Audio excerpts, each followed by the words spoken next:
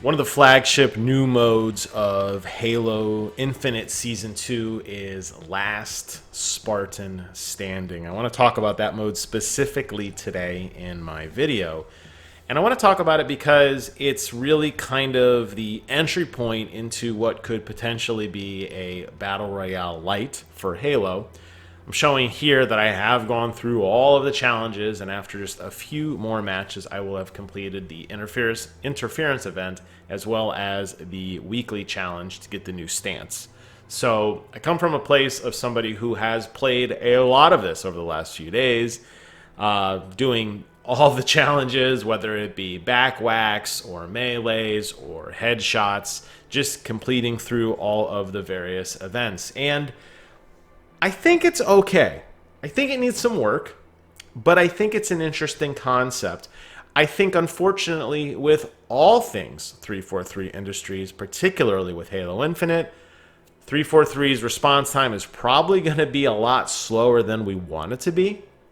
And I think as a result of that, a lot of people are going to drop off. And I think the kind of initial hype for this mode, after experiencing some of the things that I have experienced, I think a lot of people aren't going to have the patience or the love that I do for Halo. And that initial burst of people coming in to check out Season 2 are just as quickly going to leave. If, assuming that they were really invested in what the promise of Last Spartan Standing could have been. So this is a free-for-all type match, and you will see very quickly this is essentially a third-party simulator. If you're not familiar with the term third-partying, that typically means that you are in engagement with another person one-on-one or as a team. In this case it is single, but the concept is the same. And a third party, as in a random person who was not even engaged initially, will come in and mop up kills. That is pretty much what this mode turns into almost exclusively, and it's incredibly frustrating. It's hard to get going. I mean, there you could see I started off and instantly fighting two people versus one. Typically, the other person's shooting you in the back and you die, and you can see constantly, time and time again, while I am engaging in a firefight with one person, another person starts shooting me in the back. So if you want to be the last Spartan standing, it's very, very easy. Hide, camp, and wait. And that just doesn't seem like the Halo experience that we know and love. Now, I understand if Halo is going to be switching over to, in the future, theoretically, a Battle Royale type mode, a PUBG type game, where you drop in, have to get loot, have to get armor, that sorts of thing, and kind of work your way up the competitive rank.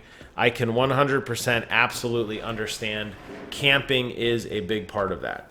And people like to hide and wait. And that is going to be a new feature for Halo players. So, as I said at the beginning, if this is an introduction into that, okay, I guess I can understand it a little bit more. But here, you just don't feel rewarded at all for leaving your hidey hole. Yes, you will upgrade through a preset of weapons. You'll start off with just your pistol and a disruptor. You'll eventually upgrade to a mangler, an AR, the commando, a shotgun. I don't know if there's anything past shotgun. By then the matches are usually about done. But you will start to work your way up that arsenal. There are frag grenades and the dynamo grenades and plasma grenades strewn about. Every so often you'll get lucky and find an item like a drop wall or a grapple shot, and then there are the ODST weapon pods, kind of like if you remember from the ordnance drops during Halo 4, if you remember those, that will drop off camo or armor.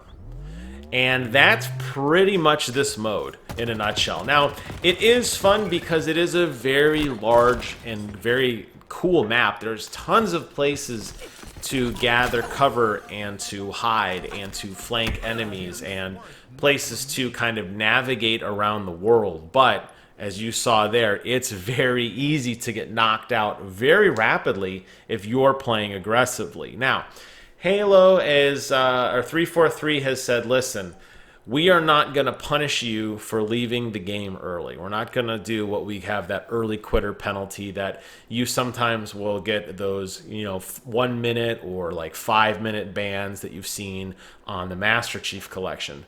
There's no penalty for quitting early. Unfortunately, and this is, I assume, a bug, but a very frustrating one, you will never find the statistics of that match, even your own performance, as I just showed you there. And more importantly, two, all of the progress that you got going towards that match will not be recorded and will not count towards your weekly goals. Now, they have said this is supposed to be this way. Oh, no, don't worry. You can quit early once the match has ended, because assume that right now I have already queued for a second match while the first match is still going on, right? Don't worry. At the end of that match, any things that you got towards any of your objectives will be credited to your progress. So headshots, back whacks, just playing, whatever. That is not the case. Even if that was the case, which it is not, but even if that was the case, you are now starting this match. Let's say you had 2 of 3 headshots and you got your third headshot. You are starting this match basically wasting a objective slot, if you think of it that way, because the system hasn't updated yet, and it won't update, but it hasn't updated yet. So very baffling system and design that they have put in place here. I think it continues to show the limitations of the challenge system, and I think it continues to show some of the limitations of what 343 is. Now, a battle royale match, typically after you're done, you can continue to watch, which you're allowed to do here. You can see scores, that sort of thing. So they understand that, but they also want it to simultaneously be a drop in, drop out, quick, Slayer match or whatever, where people are just, oh, okay, had a bad round, on to the next one. And it seems like 343 kind of finds himself in a weird place. Like, they don't know what they want this to be. And I think that this mode suffers because of that. I think your progression suffers because of that. And I think the gameplay suffers because of that. So, how can they make things better? Well, number one, I think they need to either increase the map size decrease the map size or increase the player count. This map is way too big for the amount of people on here, and there will be moments where you will walk around aimlessly, patiently waiting. Now, I am playing very aggressively.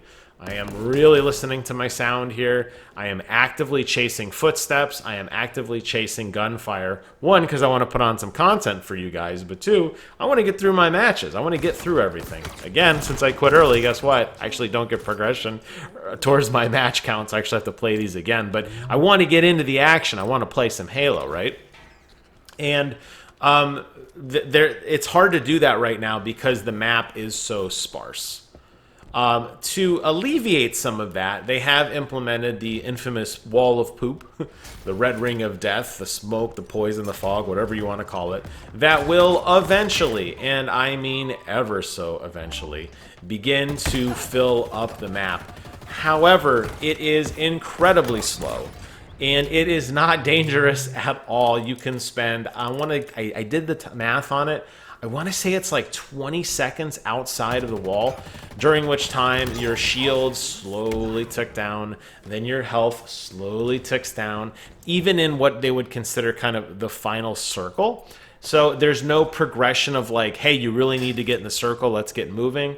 It's just a very slow, obnoxious thing. And there's a lot of times the circle will close where it's around a 2 or 3 story building where there is no way to actively attack the other Spartan who is hiding below or above you unless you jump out into the poop and then cycle back around in.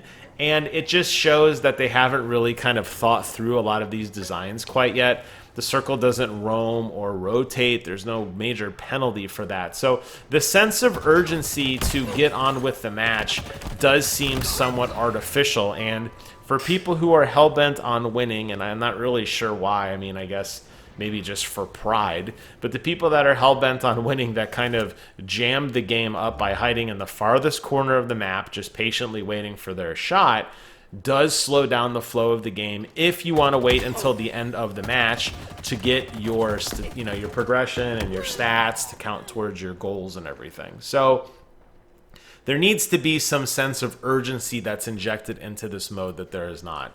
I don't necessarily think vehicles would work in a thing like this, especially in a single player, unless you added vehicles like the Ghost and the Gun Goose or something like that. But obviously like a Hog wouldn't make much sense. And again, since there's no sense of urgency to traverse a large distance in the map, it doesn't really make sense for people to have to rush over from one section of the map to another. I would also like to see drop pods potentially drop other power weapons. There needs to be some sort of risk and reward for me, as an example, running all the way out across the map, completely exposing myself. I should be able to get better things. Now, invisibility is a great one, and overshield's pretty good too, but wouldn't it be nice if you could get a sniper or a rocket or a cinder shot? That would definitely, one, speed up the game, and two, kind of force players to play a little bit more aggressively. And I think that's something that is actually what this mode needs most. So we'll have to see kind of how this plays out as this mode progresses. If this is kind of the final attempt at this, or if, and that was one of the weirdest deaths I think I've ever gotten, or if this is kind of it, and they're just throwing it out there. But again, the onus falls on 343 to speed up their response times in this, to focus and say, hey, people are actively playing this. We've already found situations and issues that are wrong. How quickly will they react? How much faster can they get newer experiences and content of this mode out? That remains to be seen. I ultimately, you know, despite all of the things I'm saying that I don't like about this mode, it is actually a lot of fun. And it does kind of give you somewhat of an adrenaline rush when you're down to 1 or 2 lives left and you're trying to, you know, successfully finish off the rest of the Spartans, and you do get that sense of what a lone wolf would be, and I like that. That's fun. That's what you want, though. Some of those best adrenaline, heart-pounding moments when you're the final 2 or 3 in Warzone or PUBG are just some of the most exhilarating moments in gaming, in my opinion. But for now, I'm going to close out this video and just say that it's good, but it can be better. I want to hear from you guys in the comments below. Thank you all so much for watching. Take care of yourselves, and until next time, I will see you guys on the other side.